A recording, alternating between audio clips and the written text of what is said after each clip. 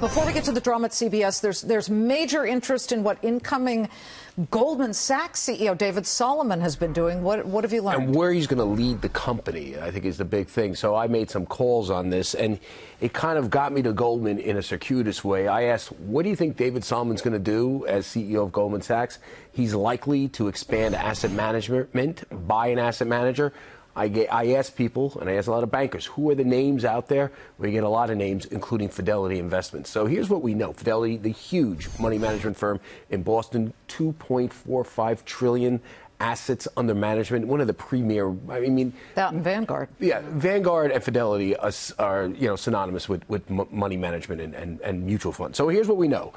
Fidelity continues to rebuff feelers from big Wall Street banks. That Goldman, in particular, has put out feelers over the last couple of years about merging with Fidelity, buying them. It would be a merger, I would think. Fidelity has Fidelity's a private company, right? Its Correct. market cap would probably be something like $80 billion. That's where Goldman is right now. They're about at 85 billion. It would be a merger of equals if they did meet up.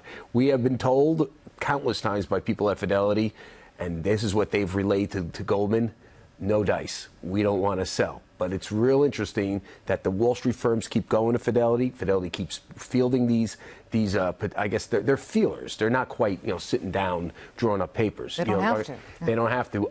Goldman, from what I understand, is near the top of that list. So you could see Goldman is going to be a bigger asset manager now, that they can't really do trading because of all the regulations. Banking is a business that doesn't generate the huge profits that trading once did.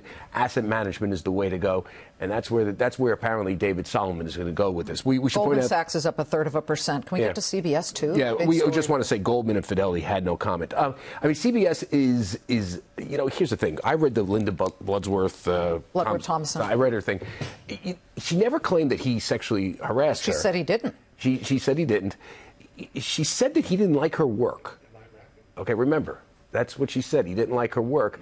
She implied that he's a sexist because he didn't like her work because she featured strong women. I don't think that's enough to really hurt Moonves and potentially doesn't help. It doesn't help him, but potentially deny him of his severance, which I understand. You and I reported this on your show the other day.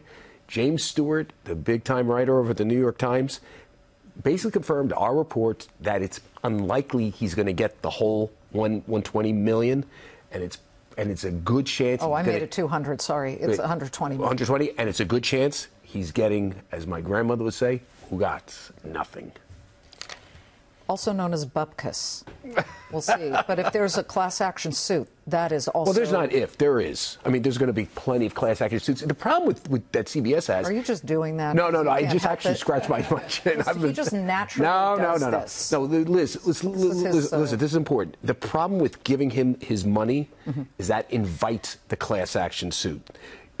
There's a theory among people close to that board. Let him sue us. We'll go to arbitration. At least if we have to pay an arbitration, that's okay. At least we don't get hit with the lawsuits on the side. That's the theory here about denying him his money.